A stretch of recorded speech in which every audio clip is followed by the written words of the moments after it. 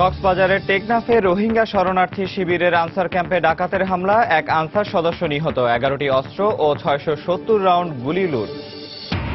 সরকার উৎখাতে মোসাদের সঙ্গে বৈঠকে অংশ নেয়া বিএনপি নেতা সহ বাংলাদেশিদের ব্যাপারে অনুসন্ধান চলছে জানিয়েছে পুলিশ। জড়িত থাকার কথা অস্বীকার বিএনপির।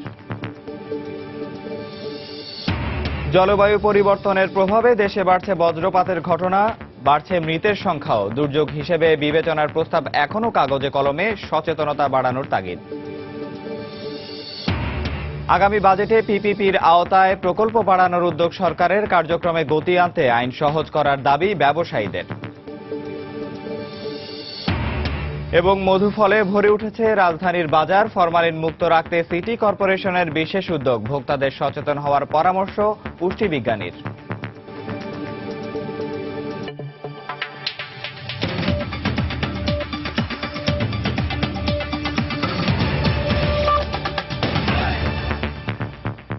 সময় সংবাদের সঙ্গে আছি আমি নিয়ামতুল্লাহ বাবু। কক্সবাজারের টেকনাফে আনসার ক্যাম্পে ডাকাত দলের হামলায় এক আনসার সদস্য নিহত হয়েছেন। ঘটনার সময় ক্যাম্পের অস্ত্র ও গুলি লুট করে নিয়ে যায় ডাকাতরা। ভোরে নীলার মুচনি এলাকায় রোহিঙ্গা শরণার্থী ক্যাম্পের আনসার ব্যারাকে এ ঘটনা ঘটে। আনসার ক্যাম্পের প্লাটুন কমান্ডার মোহাম্মদ আলমগীর জানান, ভোরে একদল সশস্ত্র ডাকাত শরণার্থী ক্যাম্পের শালবাগান আনসার ব্যারাকের চারদিকে ঘিরে ফেলে হামলা চালায়। ডাকাতের গুলিতে আনসার কমান্ডার আলী হোসেন গুলিবিদ্ধ হন। পরে আহত অবস্থায় উদ্ধার করে ক্যাম্পের হাসপাতালে নিয়ে গেলে কর্তব্যরত চিকিৎসক তাকে মৃত ঘোষণা করেন। ডাকাত দলের সদস্যরা ক্যাম্পে থাকা 11টি অস্ত্র ও 670 রাউন্ড গুলি লুট করে নিয়ে গেছে বলে জানিয়েছেন আনসার সদস্যরা। পরে অস্ত্র উদ্ধারে মাঠে নামে 2 প্লাটুন বিজিবি সদস্য। ক্ষমতাসীন সরকারকে উৎখাতে ইসরায়েলি গোয়েন্দা সংস্থা মোসাদের সঙ্গে ভারতে হওয়া বৈঠকে অংশগ্রহণকারী বাংলাদেশিদের ব্যাপারে অনুসন্ধান শুরু করেছে পুলিশ সহ গোয়েন্দা সংস্থাগুলো। এজন্য উচ্চ পর্যায়ের একটি কমিটিও গঠন করা হয়েছে। প্রাথমিকভাবে যাদের বিরুদ্ধে অভিযোগের সত্যতা পাওয়া যাবে তাদের আইনের আওতায় আনা হবে বলে জানিয়েছেন চট্টগ্রাম রেঞ্জের ডিআইজি। বৈঠকে অংশ নেওয়া বিএনপির কেন্দ্রীয় নেতা আসলাম চৌধুরী সহ অপর এক সাংবাদিক বর্তমানে গা ঢাকা দিয়েছেন। বিস্তারিত জানাচ্ছেন কমল দে। বিশ্বজুড়ে সবচেয়ে ভয়ঙ্কর এবং কার্যকরী গোয়েন্দা সংস্থা হিসেবে পরিচিত ইসরায়েলের গোয়েন্দা সংস্থা institute for intelligence and special operations, যা মোসাদ নামে পরিচিত। এতদিন পর্যন্ত এই গোয়েন্দা সংস্থার কোনো কার্যক্রম বাংলাদেশে প্রকাশ্যে ছিল না, কিন্তু সাম্প্রতিক সময়ে ভারতে একটি বৈঠককে কেন্দ্র করে বাংলাদেশের আলোচনার কেন্দ্রবিন্দুতে চলে এসেছে গোয়েন্দা সংস্থা মোসাদ। মোসাদ তাদের অ্যাক্টিভিটিস পৃথিবীর যে কোনো প্রান্তে তারা পরিচালনা করতে পারে। তারা বিভিন্ন মুসলিম দেশগুলোতে একটা মারাত্মক ধরনের অশান্তি এবং ইনস্টেবিলিটি তারা ক্রিয়েটিং, তারা সৃষ্টি করে যাচ্ছে। এটা একেবারে দৃশ্যমান। বাংলাদেশ দক্ষিণ পূর্ব এশিয়ার একটা অন্যতম মুসলিম প্রধান দেশ, সেই সূত্রে তারা টার্গেট করতে পারে। সেই হিসেবে এখানে সমূহ সম্ভাবনা আছে, সেটা সরকার থেকেও বড় হবে। ইসলামিক একটা মুসলমান প্রধান দেশ হিসেবে সেখানে তাদের সাপোর্টেজ তারা চালাতে পারে এবং মোসাদের সেই ক্যাপাসিটি আছে। বাংলাদেশের গণমাধ্যমগুলোতে প্রকাশিত সংবাদে বলা হচ্ছে, ইসরায়েলের গোয়েন্দা সংস্থা মোসাদের এই অঞ্চলের এজেন্ট হিসেবে পরিচিত মেহেদী এনসাফাদির সাথে বিএনপির কেন্দ্রীয় যুগ্ম মহাসচিব আসলাম চৌধুরীর বিশেষ বৈঠক অনুষ্ঠিত হয়েছে। বৈঠকের আগে মেহেদী এনসাফাদি আসলাম চৌধুরীকে ফুল দিয়ে বরণ করে নেওয়া এবং বৈঠক শেষে অংশগ্রহণকারীরা সারিবদ্ধভাবে দাঁড়িয়ে রয়েছে। এ ধরনের অন্তত 6টি ছবি এবং একটি ভিডিও কনফারেন্সের তথ্য গোয়েন্দাদের হাতে রয়েছে। সরকারের বিরুদ্ধে কিছু চক্রান্তের কিছু তথ্য আমরা মিডিয়ার মাধ্যমে জানতে পেরেছি।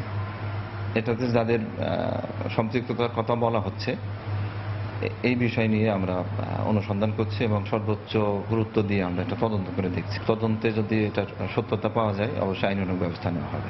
এদিকে অভিযুক্ত বিএনপি নেতা আসলাম চৌধুরী বর্তমানে গা ঢাকা দিল তার ঘনিষ্ঠজনদের দিয়ে রেকর্ড করা এক ভিডিও বক্তব্যে তিনি মোসাদের এজেন্ট মেহেদী এনসাফাদির সাথে বৈঠক করার কথা স্বীকার করেছেন।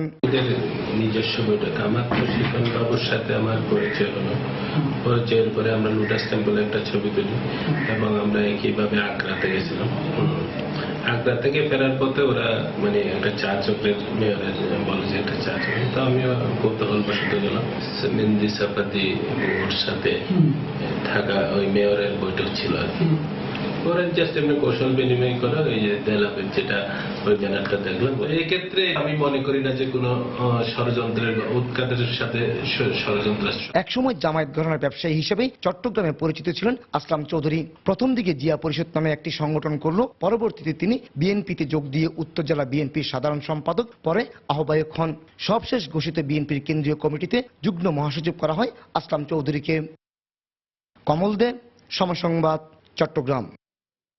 ফিলিস্তিনের জনগণের প্রতি বিএনপির সমর্থন রয়েছে জানিয়ে দলটির মহাসচিব মির্জা ফখরুল ইসলাম আলমগীর বলেছেন, বিএনপির সঙ্গে ইসরায়েলের মোসাদের কোনো সম্পর্ক নেই।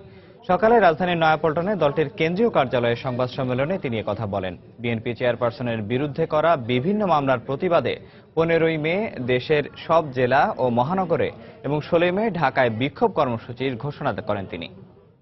বিএনপির সঙ্গে ইসরায়েলের কোনো সম্পর্ক নেই এবং বিএনপি মনে করে যে প্যালেস্টাইনের যে অধিকার, সার্বভৌমত্ব, এটার প্রতি তাদের পূর্ণ সমর্থন রয়েছে।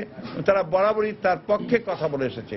দেশনেত্রীর বিরুদ্ধে মিথ্যা মামলা দায়েরের প্রতিবাদে আগামী 15 মে 2016 রোববার সারা দেশে সকল মহানগর, ঢাকা বাদ দিয়ে জেলা সদরে এবং ঢাকা মহানগরে 16 মে 2016 সোমবার বিক্ষোভ সমাবেশের আহ্বান জানাচ্ছি।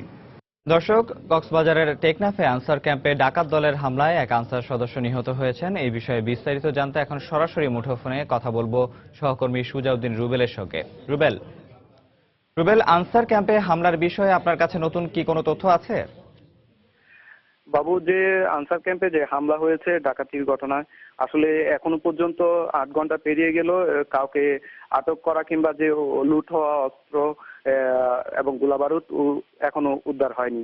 তবে আমি এই ব্যাপারে পুলিশ, বিজিবি এবং র্যাবের সাথে কথা বলেছি। তারা সমন্বিতভাবে যে এই ব্যাপারে মানে যে যারা এই ঘটনা ঘটিয়েছে এবং যে অস্ত্রগুলো লুট করেছে সেই অস্ত্রগুলো উদ্ধারে তারা কাজ করছেন।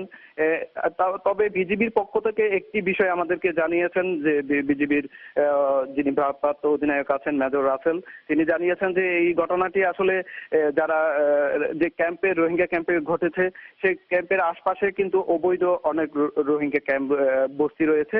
সে বস্তি এলাকার অনেক সময় বিজিবি অভিযান চালিয়েছিল, সেখান থেকে বেশ কিছু অস্ত্র উদ্ধার হয়েছিল। তবে তারা ধারণা করছে যে এই ক্যাম্পের পাশে যে অস্থায়ী যে ঝুপড়ি, রোহিঙ্গাদের যে ঝুপড়ি রয়েছে, সেই ঝুপড়ি থেকে যারা ডাকাতির ঘটনা প্রায় সময় ঘটিয়ে থাকে তারাই এই ঘটনাটি ঘটিয়েছে।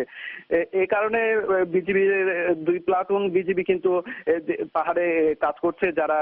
তারা বলছেন যে তারা অস্ত্রগুলো লুট করে এবং যে একজন আনসার সদস্যকে মেরে পাহাড়ে লুকিয়ে থাকতে পারে, তাই তারা বিজিবি, র্যাব এবং পুলিশ সমন্বিতভাবে অভিযান শুরু করেছে। তবে আরেকটি বিষয় এখন পর্যন্ত আমরা জানতে পেরেছি যে আনসার সদস্য মারা গিয়েছেন তাকে এখন পর্যন্ত ক্যাম্পেই রাখা হয়েছে। তবে পরবর্তীতে তাকে দুপুরে 2টা নাগাদ কক্সবাজার সদর হাসপাতালের মর্গে প্রেরণ করতে পারে।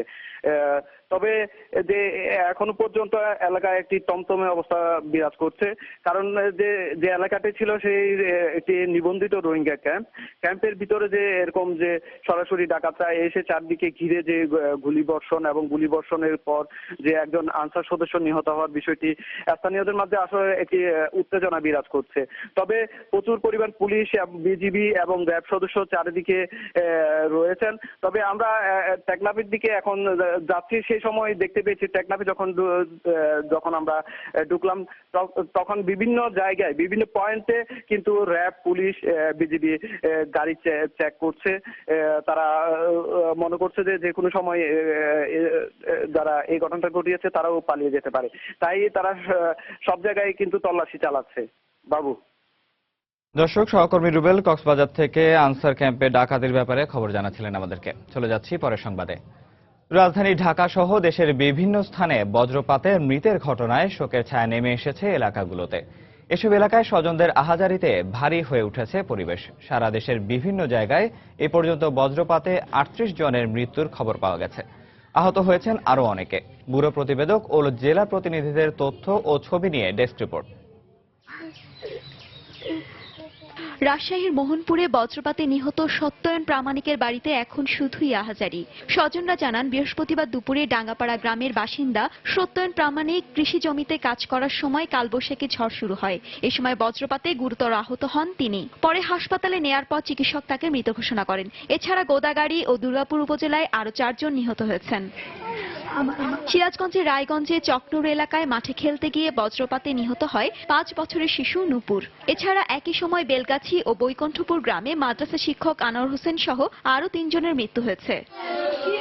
কিশোরগঞ্জের হোসেনপুর, বাজিতপুর ও তাড়াইল উপজেলায় 4 জন বজ্রপাতে মারা গেছেন। গতকাল বৈশাখী ঝড়ের সময় হোসেনপুর ডিগ্রি কলেজের প্রথম বর্ষের ছাত্র শরীফুল ইসলাম কলেজ থেকে বাড়ি ফেরার পথে বজ্রপাতে মারা যান। তার মৃত্যুতে শোকাহত স্বজনরা। এছাড়া নাটোরে 2 জন, পাবনায় 6 জন ও ব্রাহ্মণবাড়িয়ায় 6 জন সহ গতকাল সারা দেশে বজ্রপাতের ঘটনায় 38 জন নিহতের খবর পাওয়া গেছে। ইসমাত জাহান, সময় সংবাদ। বাতাসে সালফার ও নাইট্রোজেনের মাত্রা বেড়ে যাওয়ার কারণে বাড়ছে বজ্রপাতের ঘটনা, বাড়ছে মৃতের সংখ্যাও। বজ্রপাতকে 2010 সাল থেকে আলাদাভাবে দুর্যোগ হিসেবে বিবেচনা করার কথা থাকলেও এখনও তা কাগজে কলমে হয়ে ওঠেনি, যা ভাবিয়ে তুলছে বিশেষজ্ঞদের। পাশাপাশি বজ্রপাত থেকে বাঁচতে সচেতনতা বাড়ানোরও তাগিদ দিয়েছেন তারা। রাশেদ দেওয়ানের রিপোর্ট। নিরক্ষীয় রেখার 5 থেকে 30 ডিগ্রি আর ক্রান্তীয় অঞ্চলের 15 থেকে 35 ডিগ্রি উত্তর দক্ষিণে বজ্রপাত একটি স্বাভাবিক ঘটনা। আর এ অঞ্চলে হওয়ায় ভৌগোলিক কারণেই বজ্রপাতের সঙ্গে পরিচিত এদেশের মানুষ। যুক্তরাষ্ট্রের কেন্ট ইউনিভার্সিটির এক গবেষণায় দেখা গেছে, বাংলাদেশে গড়ে 80 থেকে 120 দিন বজ্রপাত হয়। মার্চ থেকে মে পর্যন্ত প্রতি বর্গ কিলোমিটার এলাকায় প্রায় 40টি বজ্রপাত হয়। তবে জলবায়ু পরিবর্তনের সঙ্গে সঙ্গে বাড়ছে এর মাত্রা। বিশেষ করে শহরের চেয়ে গ্রাম অঞ্চলে এর মাত্রা অনেক বেশি। দুর্যোগ ফোরামের প্রতিবেদন অনুযায়ী 2015 সালে বজ্রপাতে 264 জনের মৃত্যু হয়েছে। এর মধ্যে মে মাসেই মৃত্যু হয়েছে 91 জনের। চলতি বছর এপ্রিল পর্যন্ত এই সংখ্যা 48 জন। সবশেষ বৃহস্পতিবার একদিনেই মৃতের সংখ্যা ছাড়িয়ে গেছে 30 জন। মডার্ন আমাদের যে লাইফস্টাইল, টেকনোলজি, আমরা এই কম্পিউটার, তারপর মোবাইল টেলিফোন এগুলো ব্যবহার করছি। এর ফলশ্রুতিতে এই যে পজিটিভ নেগেটিভ চার্জগুলো, সেগুলো এক্সচেঞ্জকে ফ্যাসিলিটেট করছে। যে সব কারণে বজ্রপাত হয়, তাই না? সূর্যের অবস্থানটা এখানে চলে আসছে, দেখা যায় যে ক্রাইটেরিয়াগুলোর জন্য বজ্রপাত হচ্ছে, সেই ক্রাইটেরিয়ার রিজনই এইটা আর কি। এদিকে বেশ কয়েক বছর পেরিয়ে গেলেও এখনো চূড়ান্ত হয়নি বজ্রপাতকে দুর্যোগ হিসাবে বিবেচনা করার বিষয়টি। পাশাপাশি এ সংক্রান্ত সচেতনতার বিষয়টিও গুরুত্ব পাওয়া উচিত বলে মনে করেন বিশেষজ্ঞরা। বিদ্যুতের ধর্মই হলো কি হাইয়েস্ট যে tip of the highest pole, সেটাকে প্রথমে টাচ করে। সুতরাং ওই সময় শুয়ে পড়তে হবে ধাতুর তৈরি, লোহার, সেইগুলো আমরা বাদ দিতে পারি, প্লাস্টিকের ব্যবহার করতে পারি। তারপর বিদ্যুতের পোলের নিচে থাকবো না। 2010 সাল থেকেই দুর্যোগ ব্যবস্থাপনা ও ত্রাণ মন্ত্রণালয়ে তখন থেকেই কিন্তু এটা আলোচনা হচ্ছে যে এটাকে আসলে একটা দুর্যোগ হিসেবে ঘোষণা দেয়া, বা এটা যে একটা দুর্যোগ, যদি এটা দুর্যোগ হিসেবে আমি স্বীকৃতি না দেই বা না চিহ্নিত করি, তাহলে কিন্তু দুর্যোগ মোকাবেলার জন্য যে ব্যবস্থাপনাগুলো আছে সেটা কিন্তু বজ্রপাতের ক্ষেত্রে নেওয়া যাবে না। রাশেদ লিমন, সময় সংবাদ, ঢাকা। সময় সংবাদে আরো থাকছে, রংপুরে 2 বান্ধবীর গোসলের নগ্ন ছবি গোপনে মোবাইল ফোনে ধারণ, প্রতিবাদ করায় অভিভাবককে মারধর, বাড়ি ভাঙচুর, পুলিশের সহযোগিতা না পাওয়ার অভিযোগ।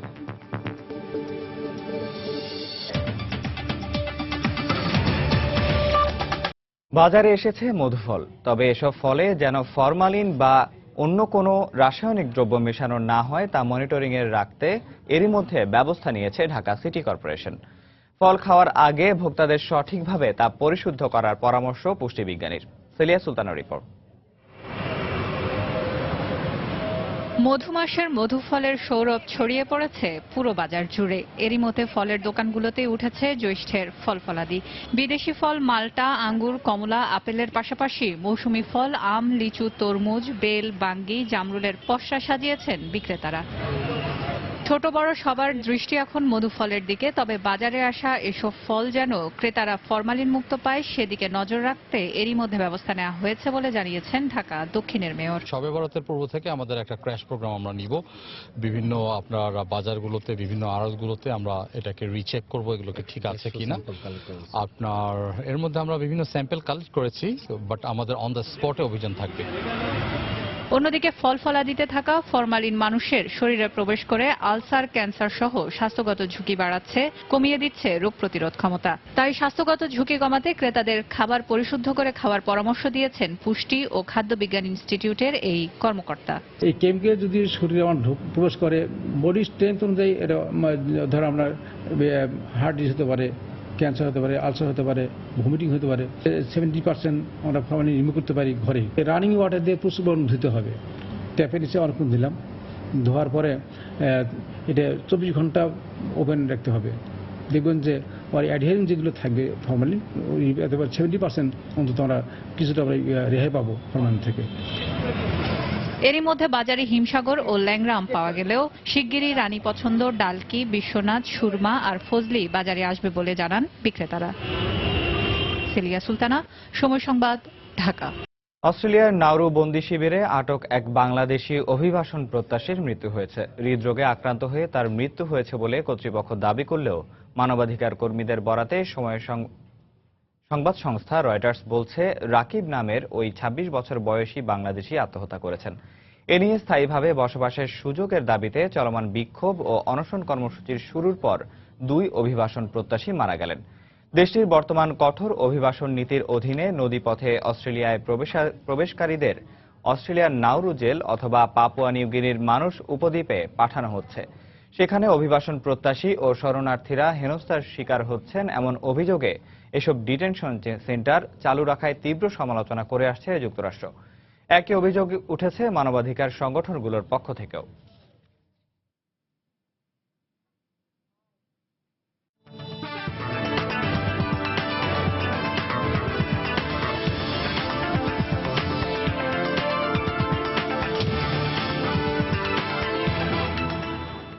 সরকারি বেসরকারি অংশীদারি আইন করার ফলে এক্ষেত্রে বিনিয়োগে আগ্রহী হচ্ছেন ব্যবসায়ীরা। তাই আসছে বাজেটে পিপিপির আওতায় প্রকল্পের সংখ্যা বাড়ানো হবে বলে জানিয়েছে পরিকল্পনা কমিশন।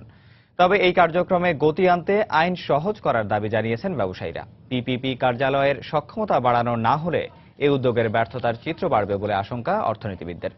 বিস্তারিত কামরুল হাসান সবুজের রিপোর্টে। বিদেশি বিনিয়োগ ও সহায়তা বাড়বে। 2021 সালকে সামনে রেখে 2009-10 অর্থ বছরে মহাজোট সরকারের নেওয়া উদ্যোগের মধ্যে বেশ সাড়া জাগায় পাবলিক প্রাইভেট পার্টনারশিপ বা পিপিপি। প্রথমবারের মতো 2,500 কোটি টাকা বরাদ্দের পর চলতি অর্থ বছর পর্যন্ত গড়ে 3,000 কোটি টাকা করে বরাদ্দ রাখা হয় এই খাতের প্রকল্প বাস্তবায়নে, যেখানে সফলতার উদাহরণ 2.5 বছর আগে উদ্বোধন হওয়া মেয়র মোহাম্মদ হানিফ ফ্লাইওভার। সরকারি বেসরকারি উদ্যোগে ছোট বড় চুক্তি ও প্রকল্প বাস্তবায়নে ভোগান্তি কমাতে গত বছর পাশ করা হয় পিপিপি আইন। এর ফলে এই খাতে বিনিয়োগ বাড়বে বলে মনে করছে পরিকল্পনা কমিশন। কতিপয় নতুন পিপিপি প্রকল্প নেওয়া হবে। পিপিপি প্রজেক্টগুলোতে পাবলিক প্রাইভেট একটু গতিশীলতা আসবে এখন, কারণ এর আইন কানুন হয়ে গিয়েছে। আমাদের ধারণাটাও অনেক ক্ষেত্রে স্পষ্টত হয়েছে, সাফল্যের কিছু নজির স্থাপিত হয়েছে। তবে বিনিয়োগ সুরক্ষায় পিপিপি আইনের জটিলতা কমানোর দাবি ব্যবসায়ীদের। সফলতা বলেন বা এটা থেকে যদি আরো বেশি এটার দিকে মানুষের আকৃষ্ট করার জন্য আমি মনে করি যে আইন কানুনগুলো আছে সেগুলোকে আরো সহজীকরণ করতে হবে, শিথিল করতে হবে, এবং যারা ইনভেস্ট করবে তাদের ইনভেস্টমেন্টের রিটার্নটা যদি সে সেফ ফিল করে তাহলেই কিন্তু এই জায়গায় ইনভেস্টমেন্ট বেড়ে যাবে। আর সফলতা বাড়াতে পিপিপি কার্যালয়ের সক্ষমতা অনুযায়ী প্রকল্প হাতে নেওয়ার পরামর্শ দিলেন অর্থনীতিবিদরা। যদি এই লোকবল, এই কাঠামো, এই সিস্টেমই বজায় থাকে তাহলে আগামীতে কিন্তু আমাদের হতাশা আরো বাড়বে। এই কারণে যে আমরা হয়তো দেখব খুব গুটিকত প্রকল্প আসলে পিপিপির আওতায় বাস্তবায়নের মুখ দেখেছে। কাজে আমাদেরকে এখন দ্রুত সিদ্ধান্ত নিতে হবে পিপিপির অফিসের এখনকার যে লোকবল, এখনকার যে সিস্টেম, সেটা দিয়ে আমরা এত প্রকল্প আসলে হ্যান্ডেল করতে পারবো কিনা। হ্যান্ডেল যদি না করতে পারি এর ক্ষমতা বাড়াতে হবে অথবা এর কাছে কম প্রকল্প দিতে হবে। পিপিপি কার্যালয় সূত্রে বর্তমানে 44টি প্রকল্পের মধ্যে অনেকটাই এগিয়ে রয়েছে ঢাকা এলিভেটেড এক্সপ্রেসওয়ে সহ 3টি প্রকল্পের কাজ। কামরুল হাসান সবুজ, সময় সংবাদ, ঢাকা। শেরপুরের সীমান্তবর্তী এলাকায় গারো পাহাড় থেকে নেমে আসা বন্য হাতি অতিষ্ঠ করে তুলেছে জনজীবন। বছরের পর বছর মানুষ আর প্রাণীর এই লড়াইয়ে বাসিন্দারা হারাচ্ছেন বসত ভিটা, নষ্ট হচ্ছে ফসলি জমি। জেলা প্রশাসক বলছেন প্রাথমিকভাবে সংকট মোকাবিলায় বেশ কিছু পদক্ষেপ নেওয়ার পাশাপাশি স্থায়ী সমাধানেও কাজ করছেন তারা। রিপোর্টার হারুনুর রশিদের সহায়তায় শহীদুল ইসলাম হীরার পাঠানো তথ্য ছবি নিয়ে ডেস্ক রিপোর্ট। এটি কোনো সিনেমার দৃশ্য নয়, চোখের নিমিষে শত শত বন্য হাতি নেমে আসে লোকালয়ে। বিশাল একটা হাতি দুমড়ে মুচড়ে দেয় ক্ষেতের ধান, গাছের ফল থেকে শুরু করে বসত বাড়ির স্থাপনা। ভয়ঙ্কর হাতির পালের কাছে তখন ভীষণ অসহায় হয়ে পড়ে মানুষ। শেরপুরের সীমান্ত এলাকায় জলজ্যান্ত আতঙ্কের নাম বন্য হাতি। দিনের পর দিন এদের তাণ্ডবে বিভীষিকাময় হয়ে উঠেছে সীমান্ত পারের জনজীবন। এটা দুটো সিজন, স্কিমের সময় আর বাওয়ার সময়। যখন পাখি আসে তখন খায়। যখন ধান উঠে যায় তখন কাঠুল খাবার জন্য বাড়িতে হামলা দেয়। কাঠুল না পায় তখন বাড়িতে হামলা দিয়ে বাড়ি ঘর ভাঙে। এই এলাকার লোকজন ফসল হারাচ্ছে, ঘর বাড়ি হারাচ্ছে, প্রাণও হারাচ্ছে। মূলত পাহাড়ে খাবারের অভাবেই হাতিগুলো বারবার লোকালয়ে হামলে পড়ছে বলে জানালেন জেলা প্রশাসক। তবে এই সমস্যার সমাধানে বাংলাদেশ ভারত দুদেশের সমন্বয়ে ব্যবস্থা নেয়ার আশ্বাস দিলেন তিনি। এটা বাংলাদেশ এবং ভারতের উভয় ভূখণ্ড নিয়ে তারা ইলেকট্রিফাইড কাঁটাতার দিয়ে ঘিরে ফেলবে, ওখানেই হাতিকে তারা থাকবে। ততক্ষণ পর্যন্ত হাতির পাল যখন নেমে আসে তারা কলার কাঁদিগুলো ছুঁড়ে মারে, যেন তাদের খাওয়ার পেয়ে তারা যেন চলে যায়। আর স্থানীয় পর্যায়ে যারা চকিদার দফাদার আছে তাদেরকে আমরা কিছু পাওয়ারফুল এক ধরনের লাইট দিয়েছি, যেগুলি হাতির চোখে মারলে ও সহ্য করতে পারে না, ও চলে যায়। শেরপুরের শ্রীবর্দী, নালিতাবাড়ি ও ঝিনাইগাতি উপজেলার গ্রামগুলোতে গত 3 বছরে কমপক্ষে 2000 হেক্টর জমির ফসল হাতির আক্রমণে নষ্ট হয়েছে। এছাড়া মারা গেছেন অন্তত 21 জন মানুষ। সময় সংবাদ, শেরপুর। সময় সংবাদে আরো থাকছে। হযরত শাহজালাল আন্তর্জাতিক বিমানবন্দর থেকে 10 কেজি 300 গ্রাম সোনার বার জব্দ করেছে কাস্টমস। আটক করা যায়নি কাউকে।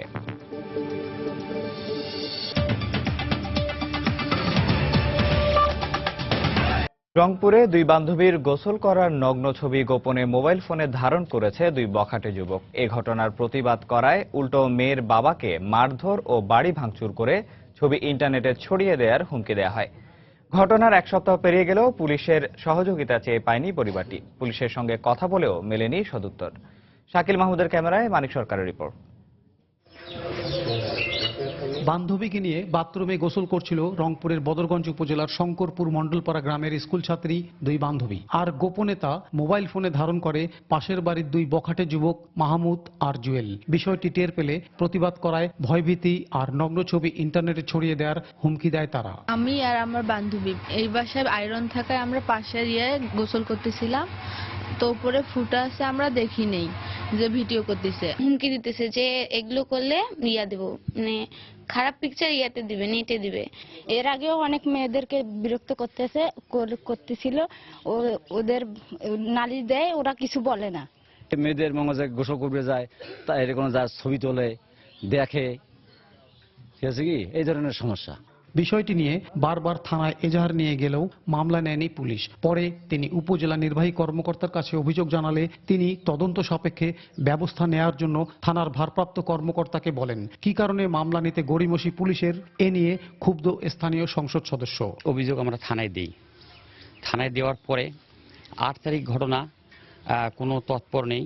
যদি মামলা নিতে কোনো গাফিলতি করে, বিষয়টি প্রয়োজনে খতিয়ে দেখে তদন্ত করে ঊর্ধ্বতন কর্তৃপক্ষের হস্তক্ষেপ আমি কামনা করছি। মামলা রুজু ছাড়া ভিডিওটি উদ্ধার কিংবা আসামিদের গ্রেপ্তার আর কোনো অগ্রগতি নেই পুলিশের। আমার কাছে যখন অভিযোগ এসেছে এই সংক্রান্তে আমি মামলা রুজু করেছি এবং তদন্ত ভার অর্পণ করে দিয়েছি। তদন্ত সাপেক্ষে প্রয়োজনীয় যা যা কার্যক্রম সেগুলো চলবে।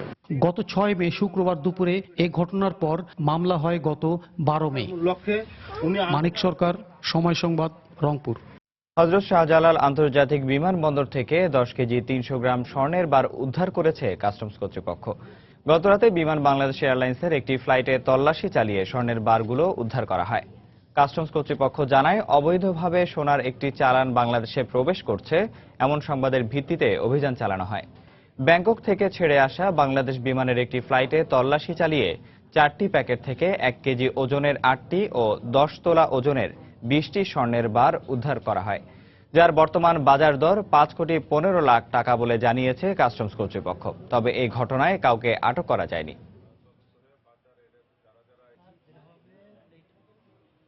কাস্টম অ্যাক্ট অনুযায়ী এটা জব্দ হচ্ছে এবং বিচার হবে এবং এই বিষয়ে তদন্ত হয়ে ফার্দার এটা যারা যারা এই জায়গায় ডিউটিতে ছিল সেটা আমরা ইনভেস্টিগেশন করে পরবর্তীতে ব্যবস্থা নেব। যদি কারো কোনো গাফিলতি পাওয়া যায়, যদি এদের ইনভলভমেন্ট থাকে কারো, তাহলে তার নামে আমরা ফৌজদারি মামলা করব। কুমিল্লায় রকিবুল ইসলাম মুকুল নামে এক ব্যবসায়ীকে গুলি করে হত্যা করেছে দুর্বৃত্তরা। গুলিবিদ্ধ হয়েছেন আরও 3 জন। ভোরে সদর উপজেলার নোয়াপাড়া এলাকায় এ ঘটনা ঘটে। পুলিশ জানায়, ভোরে ফজরের নামাজ পড়ে বাড়ি ফেরার পথে মুকুলের পথ রোধ করে কয়েকজন যুবক। এক পর্যায়ে তারা মুকুলকে লক্ষ্য করে গুলি করলে ঘটনাস্থলেই তার মৃত্যু হয়। পরে একই গ্রামের সাইফুল, রিফাত ও রিপনের বাড়ি গিয়ে তাদের গুলি করে পালিয়ে যায় দুর্বৃত্তরা। তাৎক্ষণিকভাবে গুলিবিদ্ধ 3 জনকে উদ্ধার করে কুমিল্লা মেডিকেল কলেজ হাসপাতালে ভর্তি করা হয়। পূর্বশত্রুতার জের ধরে এ হত্যাকাণ্ড হয়েছে কিনা তা খতিয়ে দেখা হচ্ছে বলে জানিয়েছে পুলিশ। সকালবেলা তো আমরা কেউ উঠি নাই, স্যারে গুলি করছে। আমার রুমে যাই দরজা লাথি দিচ্ছে, আমি দরজা ফাঁকি দিয়ে নাই। মূলত কি নিয়ে এই ঘটনা হয়েছে আমরা সেটা নিয়ে কাজ করছি এবং আমরা তদন্ত করে দেখছি এবং আমরা খুব সহসাই যারা এই হত্যাকাণ্ড ঘটিয়েছে তাদেরকে আমরা খুঁজে বের করব। সিলেট বিভাগীয় পুলিশ হাসপাতালের অবকাঠামো সহ সব সুযোগ সুবিধা থাকা সত্ত্বেও লোকবলের অভাবে কাঙ্ক্ষিত সেবা দেওয়া সম্ভব হচ্ছে না। বহির্বিভাগে মাত্র 1 জন চিকিৎসক কর্মরত রয়েছেন। Operation theatre, x-ray machine, pathology clinic সহ সব ধরনের যন্ত্রপাতি ব্যবহার করা যাচ্ছে না লোকবলের অভাবে। একই অবস্থা জরুরি বিভাগেও। এই পরিস্থিতিতে দ্রুত সমস্যা সমাধানে প্রয়োজনীয় ব্যবস্থা নেওয়ার দাবি জানান জেলা পুলিশ সুপার। দিগেন সিং এর তোলা ছবিতে আরো জানাচ্ছেন ইকরামুল কবির। জেলা ও মেট্রোপলিটন পুলিশ, র্যাবে কর্মরত police, tourist police, railway police, highway police, APBN, reserve police মিলে প্রায় 1,70,000 পুলিশ সদস্য এবং তাদের পরিবারের সদস্যদের চিকিৎসা সেবা দেওয়ার জন্য দেশের 6টি বিভাগীয় হাসপাতাল ছাড়াও রাজারবাগে রয়েছে একটি কেন্দ্রীয় হাসপাতাল। সিলেট পুলিশ লাইন্সে 2001 সালে উদ্বোধন করা হয় 100 শয্যার সিলেট বিভাগীয় পুলিশ হাসপাতাল, কিন্তু নানা অবহেলার মাঝে চলছে বিভাগীয় পর্যায়ের এই হাসপাতালগুলো। ডাক্তারের সমস্যাই প্রধান, আর নার্সেরও মনে সমস্যা কিছুটা আছে। ডাক্তারের সংখ্যা যদি আরো বেড়ে দেয় আমাদের জন্য আরো ভালো হবে, নার্স সংখ্যা তো আরো দিলে আরো ভালো হবে। অনেক ওষুধ থাকে না, তো বাইরে সিলিপে লিখে দেয়, তো আমরা বাইরে থেকে সংগ্রহ করি।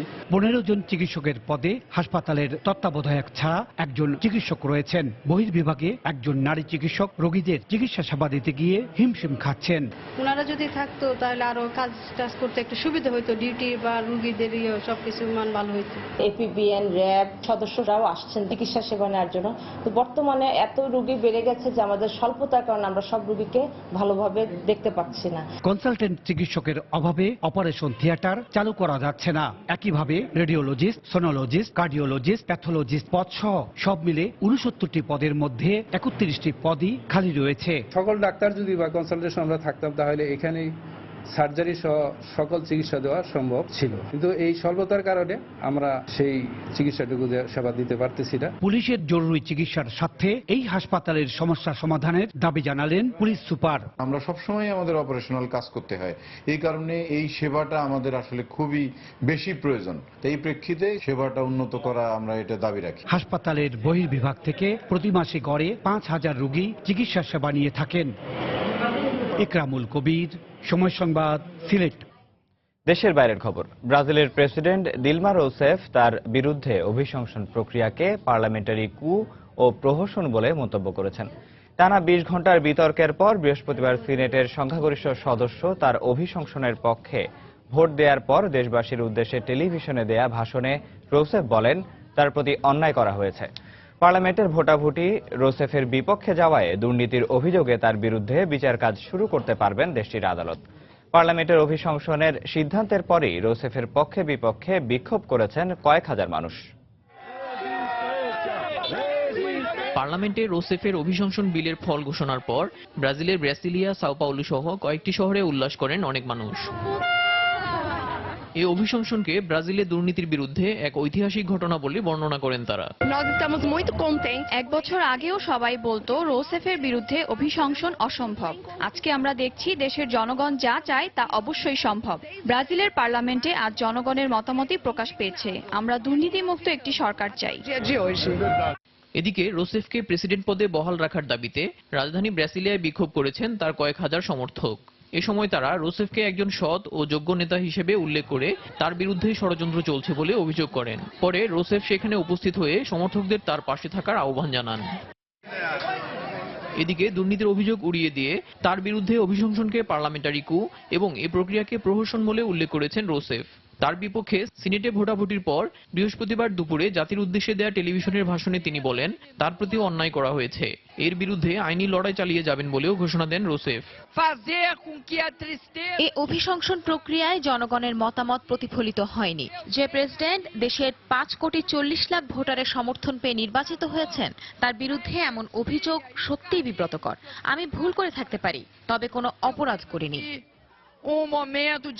রোসেফকে অপসারণ করতে আগেই ভোট দিয়েছিলেন পার্লামেন্টের নিম্নকক্ষের সদস্যরা। বুধবার রাতভর বিতর্কের পর বৃহস্পতিবার ভোরে উচ্চকক্ষ সিনেটে অভিশংসনের বিলটি 52-22 ভোটে পাশ হয়। এর ফলে অর্থ কেলেঙ্কারির মামলায় বিচারের মুখোমুখি হতে হচ্ছে রোসেফকে। আগামী 6 মাস তার বিরুদ্ধে বিচার প্রক্রিয়া চলতে পারে বলে জানিয়েছে গণমাধ্যম।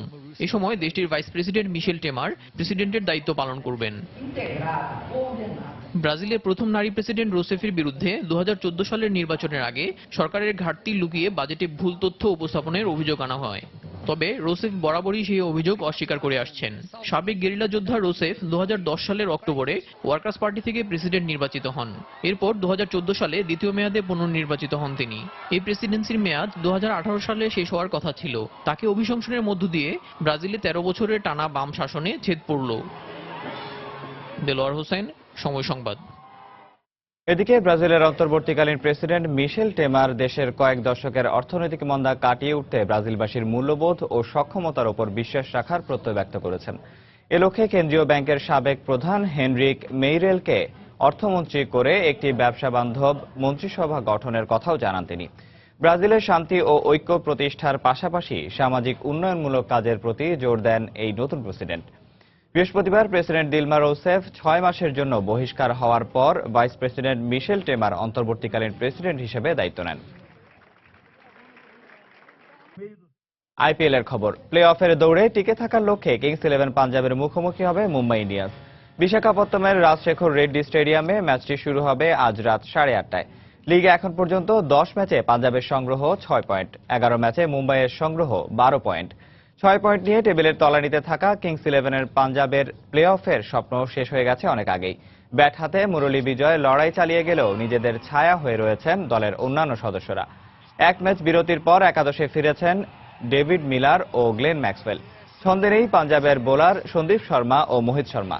রয়্যাল চ্যালেঞ্জার্স বেঙ্গালুরুর বিপক্ষে পাওয়া জয়ের ধারা অব্যাহত রাখতে চায় সাবেক চ্যাম্পিয়নরা। দলকে ব্যাট হাতে সামনে থেকে নেতৃত্ব দিচ্ছেন রোহিত শর্মা। দুর্দান্ত ফর্মে রয়েছেন আম্বাতি রাইডু, কার্ন পোলার্ড ও জস বাটলার। বল হাতে প্রতিপক্ষকে কুপঘাত করছেন টিম সাউদি ও মিশেল ম্যাকলেনাঘান। লিগে দু দলের প্রথম দেখায় 25 রানে জয় পেয়েছিল মুম্বাই ইন্ডিয়ান্স। মুস্তাফিজ এখন আর শুধু বাংলাদেশের তারকা নন, দেশের গণ্ডি ছাড়িয়ে এই কাটার মাস্টারের জনপ্রিয়তা এখন বিশ্বব্যাপী। ভারতের জনপ্রিয় ঘরোয়া ক্রিকেটের আসর আইপিএলে খেলার সুবাদে সাতক্ষীরার মুস্তাফিজ এখন ভারতে। সেখানে ভক্তরা মুস্তাফিজকে উৎসাহিত করতে প্ল্যাকার্ডে লিখে এনেছেন দ্য ফিজ। মুস্তাফিজের দ্য ফিজ হবার সেই দৃশ্যটি চলুন দর্শক আমরাও দেখে আসি।